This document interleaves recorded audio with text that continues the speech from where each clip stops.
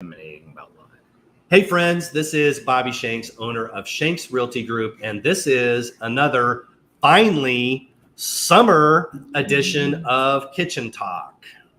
I'm Donna Mitchell with Guaranteed Rate Mortgage, and we have a special guest with us today. Ryan Kerner with Freedom Title. So Ryan, thanks for coming on. Thanks for having me.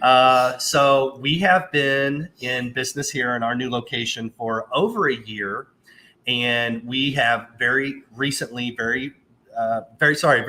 decided we were going to look for a very strategic partner for our title.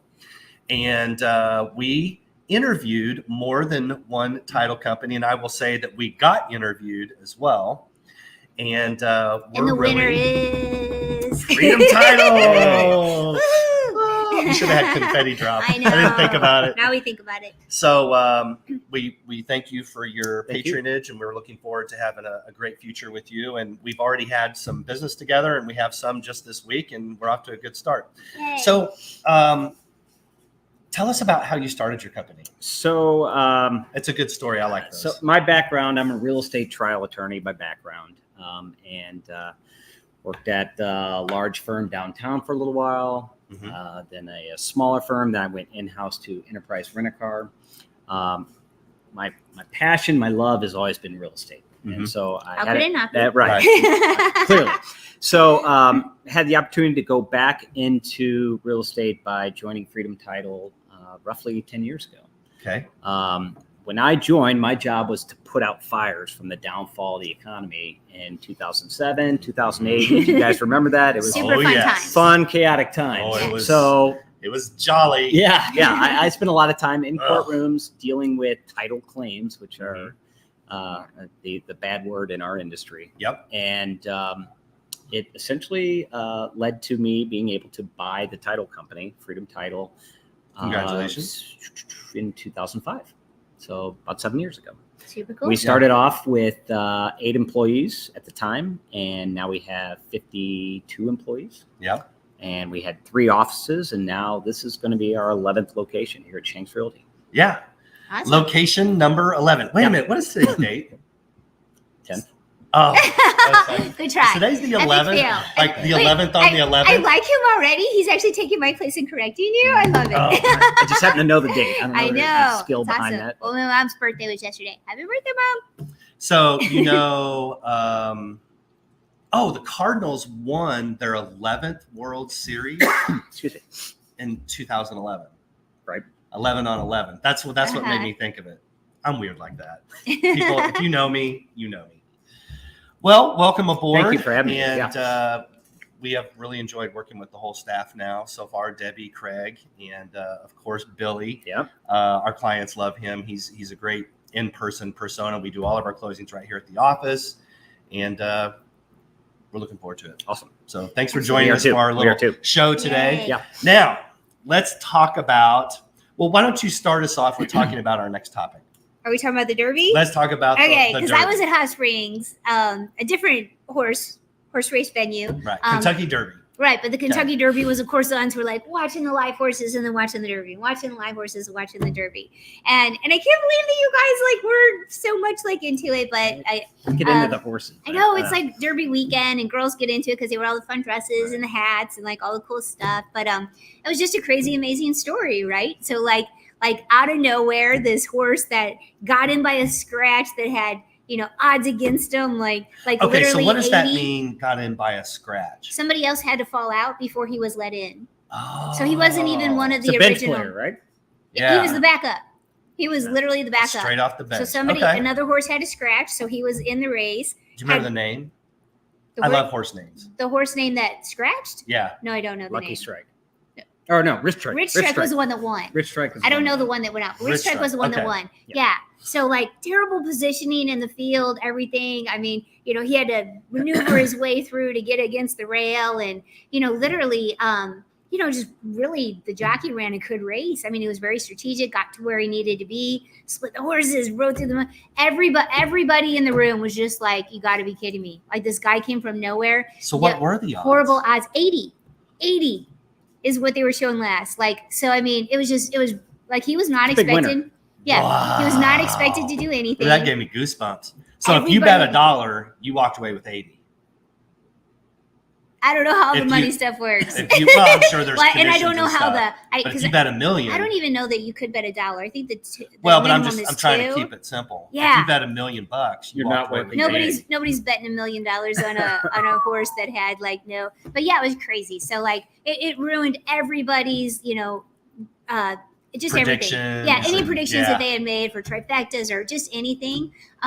Like and for me, okay, so like I'm there with like a bunch of guys that are really into their betting and had all these spreadsheets and did all this math and had these point systems and everything. Seriously? Oh no joke. That sounds like fantasy Yeah. football. No, Except seriously, for like horses. oh yeah, Right? like they had this was hours of stuff they had put together, and then here's me because like you know me, right? Like I'm literally like on the board with foster kids and on the board with like advocacy for the elderly. Like Yeah. if there's somebody that loves to root for the underdog, it's me, right? So when this guy came out of nowhere and won, I was like, what a cool story. The underdog like came in, and I was kind of like, and yeah, I lost a little bit of money, but I was like, that's an amazing story. And he just ran a crazy, amazing race. And like I had an appreciation for that, but not so much everybody else around me. They were all just like, just So- jaws dropped. How did that happen? So nobody cheered where you Well, were I at? mean, of course there was some cheering, but it was such an unpredicted. I mean, everybody's just Yeah. like, how is this horse even coming in? Like it was crazy to watch. Yeah. Everybody was mostly just kind of silenced, jaws dropped, like that just really happened because there were the horses that were expected Huh. to win that were so strong. So it was just fun. It was crazy. I hope everybody had a good time and did their own little version of Derby somehow, some way. But And then you were saying something about you saw it on drone, Oh, they had like the a drone shot, right? yeah. And you could see. I mean, I watched maybe a minute of this thing, Okay. and you could see the horse kind of weaving in and out. In the last stretch, he hit Yeah. turbo boost or whatever, but he Yeah, ended up winning. he the thing. did. It was unbelievable. it was crazy. That just seems so weird to me because it's like the Super Bowl or the World Series. And horses are athletes. They are. They are As are highly the trained. jockeys. As are And the the jockeys. jockeys. Yeah. And to just weave in and out, like if you've ever been on I-55 traffic and you've been weaved in and out of, you know Fogger. the difference between somebody driving 70 and somebody doing 110. But when the field is so level like that, just athletically speaking, for there to, and listen, I'm not a conspiracy theorist, all right? I'm not trying to say that. I'm just saying it's interesting that this supreme athletic, horse came up out of basically off the cold bench and weaved in and out of traffic and then won. It was impressive. It was impressive. Yeah. That's the fun part, right? You don't know how it ends Sounds like Shank's Realty Group. because we're so impressive. Yeah, well, I was thinking more about winning and Yeah, weaving okay. in and out of traffic. We dodge a lot of obstacles in our business. That Oh is my for gosh, That's for sure. Woo! we could For have sure. a whole long show just talking about especially with you. Title here. even Oh, like Oh title my issue. god! You want to talk Never- title issues? Yeah, That's there's fun. never pitfalls in Jeez. title. and Well, that's why we love you having a legal background. Thank Like you. in all Yeah. honesty, that is something That was extra a that big we're able to influence. offer our clients through you, which is fantastic to have that extra legal aspect to Freedom Title. We try pretty hard to not be the title company that says no. There's no way it can happen. Mhm. It's not going to fit in our small box of can do. We try to look for solutions, and Yeah. we try to do it the right way. But yet, there's different opportunities for solutions when your closing has a hiccup, or there's deceased people on title, or there's Yep. easement issues, or there's encroachments, all sorts of stuff Yeah, Yeah. that I deal with on a daily basis. But we have there's an opportunity to come through. You guys can come through like Mhm. superstars if we come to a solution for the clients. So speaking of real estate issues, Sure. now that it's basically the middle of May, and this past weekend and this week is really the first time I feel like we've had warm weather. Oh my Oh, yeah. God. I feel like we've been in winter since January.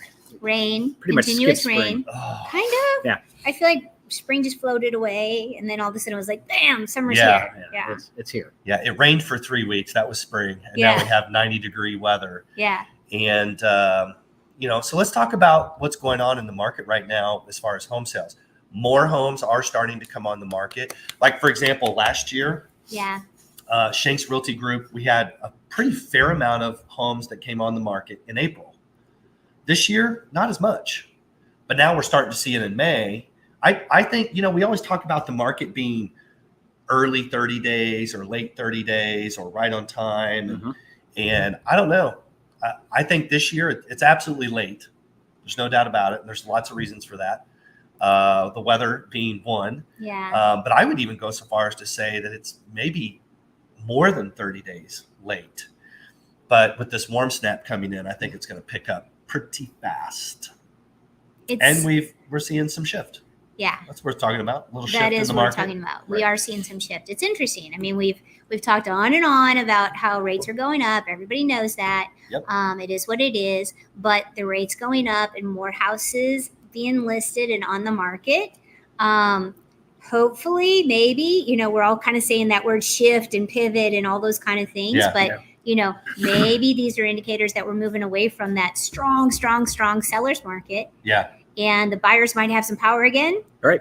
Right? Absolutely. They've been frustrated for a long Oh, my time. I mean, gosh. we've been in a strong seller's market for a year and a half, nearly 2 years. And Yeah. this might, not saying it's there yet, Right. but we're starting to see some of the numbers move a little bit to where buyers now have a little more leverage than they did, say, 1, 2, 3 months ago. Yeah. So that's a Yeah. good thing. One of the ways that no different than a Walmart or maybe even a gas station, any type of a retailer, we look at how long, as a realtor, how long something's on the shelf. Mm-hmm. Right. So if I were to look back at, and I haven't done this analysis, so I'm shooting from the hip here, but using lots of years of experience. But if I looked at the average days on market, so in other words, how long was this house sitting ready to be sold? How long was it sitting on the shelf? For May of 2021, 5 days. In our market area, I would say it was the average. So I haven't done that math, but I was looking at a property here locally yesterday and doing comparables. I had 17 comparables. I took off the top 2 and the bottom 2. So I had really just what was in the middle. Average. That's the mean. Yeah. Mean, right? Yeah. Yeah. Pretty Not much. the average, right? That's But the mean. I did a straight Yeah. line average. Yeah. Because I was looking for an average price per square foot. So I had those numbers in front of me. Average days on market, 20. Okay. Right now.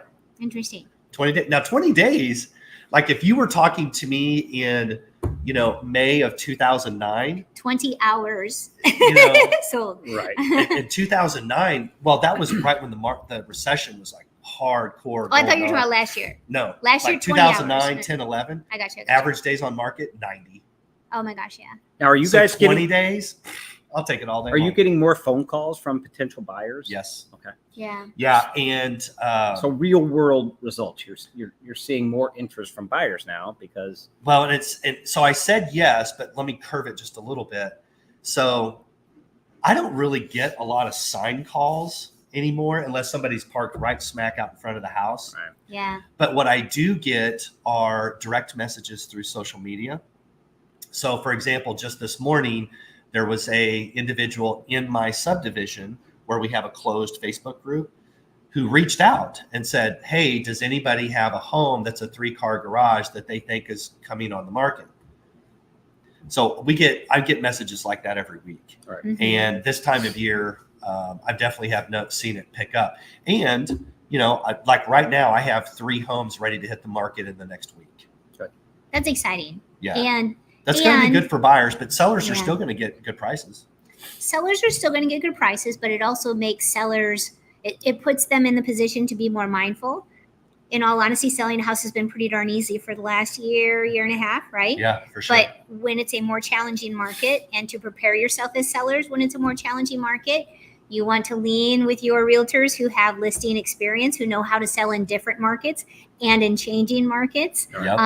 and have somebody that does have a lot of experience and a lot of maturity in dealing with those kind of things. So tell us a little bit, Mr. Realtor Forever. But no, Well- it's true. Like, I mean, Yeah. that is something that your sellers are going to have an advantage by using you because you've been through the Yeah. different cycles and you understand those kind of things. And personally, I mean, what are we doing right now? We're marketing, right? Yeah. For me, a listing is marketing. Yep. And you haven't had to work too hard at it over the last couple of years. But when it gets to that change, who stands out as a great marketer and a great realtor? Ding, Yeah. ding, ding, ding, ding. And not just me, but all of the agents here at Shanks Realty Group that we've recruited now just this year. Yeah. There's 5 of us now. So it's not just me anymore. So we're excited about that. Right. So to answer your question, Ryan and I were talking before camera. You were talking without me? No, not about you. No, I said you were talking without me. Yeah. Mhm. We'll catch up. All right. But for the last, definitely, let's just say the last year. Yeah. We could maybe go further, but 2021, we've had buyers that, like, let's say that there's 4 or 5 things on a real estate contract that a buyer can say, I want my closing to be contingent on A, B, C, and D. Mm-hmm.